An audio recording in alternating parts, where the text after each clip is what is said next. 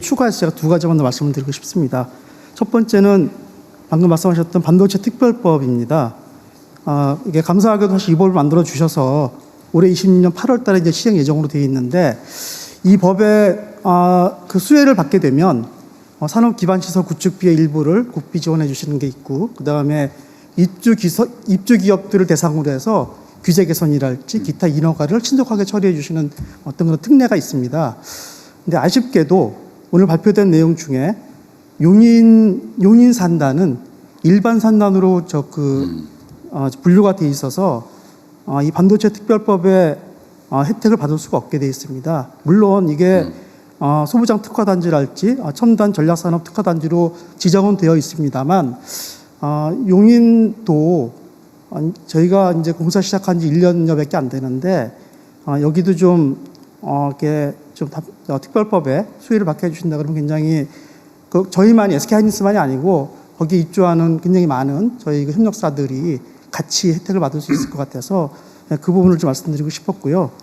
또 한 가지는 청주도 오늘 이제 투자에 이제 포함이 되어 있는 지역인데, 청주도 사실 지정이 안 되어 있기 때문에 하다못해 특화단지로도 지금 지정이 안 돼 있어서 그 부분들까지 같이 좀 배려를 해주신다 그러면 더할 나위 없이 좋을 것 같습니다.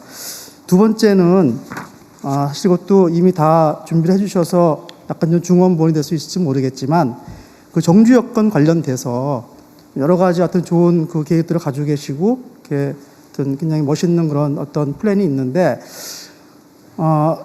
저희가 지방에 내려가게 되면 많은 협력업체와 같이 가게 될 겁니다.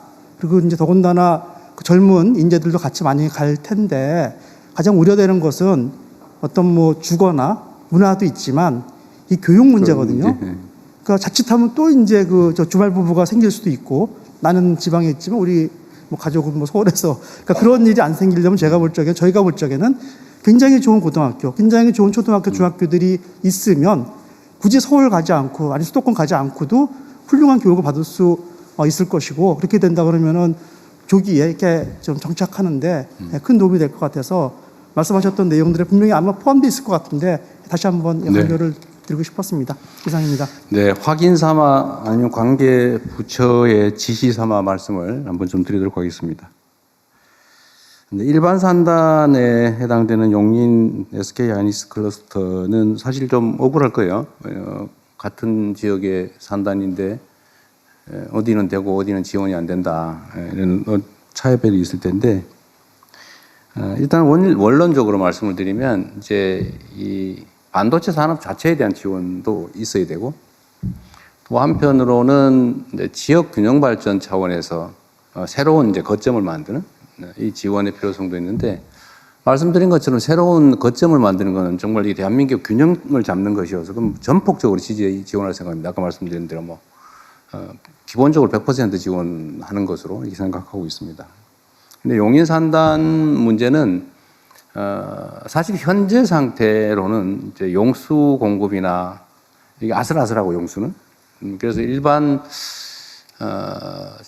뭐라 그럴까요? 생활 용수 이 사용과 거의 맞춰 이제 0.5% 차이로 맞춰져 있는데, 그게 과연 우리가 예측 못한 장기 가뭄이 발생할 경우 어떤 일이 벌어질지 사실 걱정이거든요. 지금 기온 맞추긴 하는데, 근데 전력도 사실은 좀 무리하게 지금 설정되어 있고, 물론 그 문제도 저희가 이제 어차피 여기를 빨리 완공하고 또 지방에 또 거점을 만들어야 되기 때문에 동시에 추진하고, 수도권에 기존에 계획된 것은 신속하게 이제 건설한다는 게 이제 기업의 방침이기도 하고, 정부는 거기 전적으로 이제 지원을 할 생각입니다. 그래서 바람직하기로는 사실 이전의 결정이 좀 그런 점들이 고려됐으면 좋았을 텐데, 사실 이렇게 수요가 폭증하는 걸 그때 당시 예상을 못하고 요 정도면 되겠지, 수도권에 이미 갖추어져 있는 사이트에다 하는 게 좋겠다 이런 판단을 했던 것 같고, 정부도 거기다 최대한 맞춰보자 이렇게 얘기를 했던 것 같습니다. 이제는 방향이 좀 완전히 바뀌어서 두 가지를 동시에 이렇게 만들어 가기로 했습니다. 그래서 지방은 국가적 필요에 의해서 대대적인 지원을 한다. 이건 명백하게 방침으로 해야 될 테고요. 다만 용인 문제는 저희가 고민을 좀 해보겠습니다. 대신에 이미 이것도 뭐 예를 들면 SK 같은 경우는 45년까지 목표로 했던 걸 32년까지 앞당긴다 그랬던가요? 12년 당. 네, 12년 당겨서 33년, 35년, 47년이 35년이 되는 모양이군요. 그건 이제 국가적으로도 이익이 되는 문제여서 그 과정에서 생기는 예를 들면 토지 취득의 문제라든지 하여튼 어려움이 되는 점들은 제가 직접 좀 관할해서 최대한 신속하게 문제 해결을 해보도록 하겠습니다. 지원 문제는 좀 이 자리에서 확정적으로 말씀드리기는 좀 어려워서 또 지방에 투자하는 것도 고려해서 저희가 어느 정도의 지원과 협력을 할 것인지 행정적 지원은 뭐 당연히 해야 될 테고요. 다만 재정적 지원을 어느 정도 규모를 할지 과연 할지 말지 부분은 다시 한번 실무적 토론을 한번 해보도록 하겠습니다. 그리고 지방에 새롭게 만드는 생산 거점에 그야말로 정주 여건, 예를 들면 인력, 그러니까 뭐 인재, 수급 여건을 개선하는 건 정부가 해야 될 가장 중요한 일이고, 사실은 그곳에 공장을 만드는 게 목표가 아니고 해당 지역에 사람이 많이 살게 하는 게 정부 정책의 목적입니다. 그러니까 그건 기업이 걱정 안 하셔도 일단 그 지역에서 일할 수 있는 자원을 충실하게 양성해내는 거, 이건 어떻게든지 해낼 겁니다. 지금 사실은 뭐 상당 정도 갖춰져 있는데 조금만 그 지원하면 필요인지는 얼마든지 양성해낼 수 있을 것 같아요.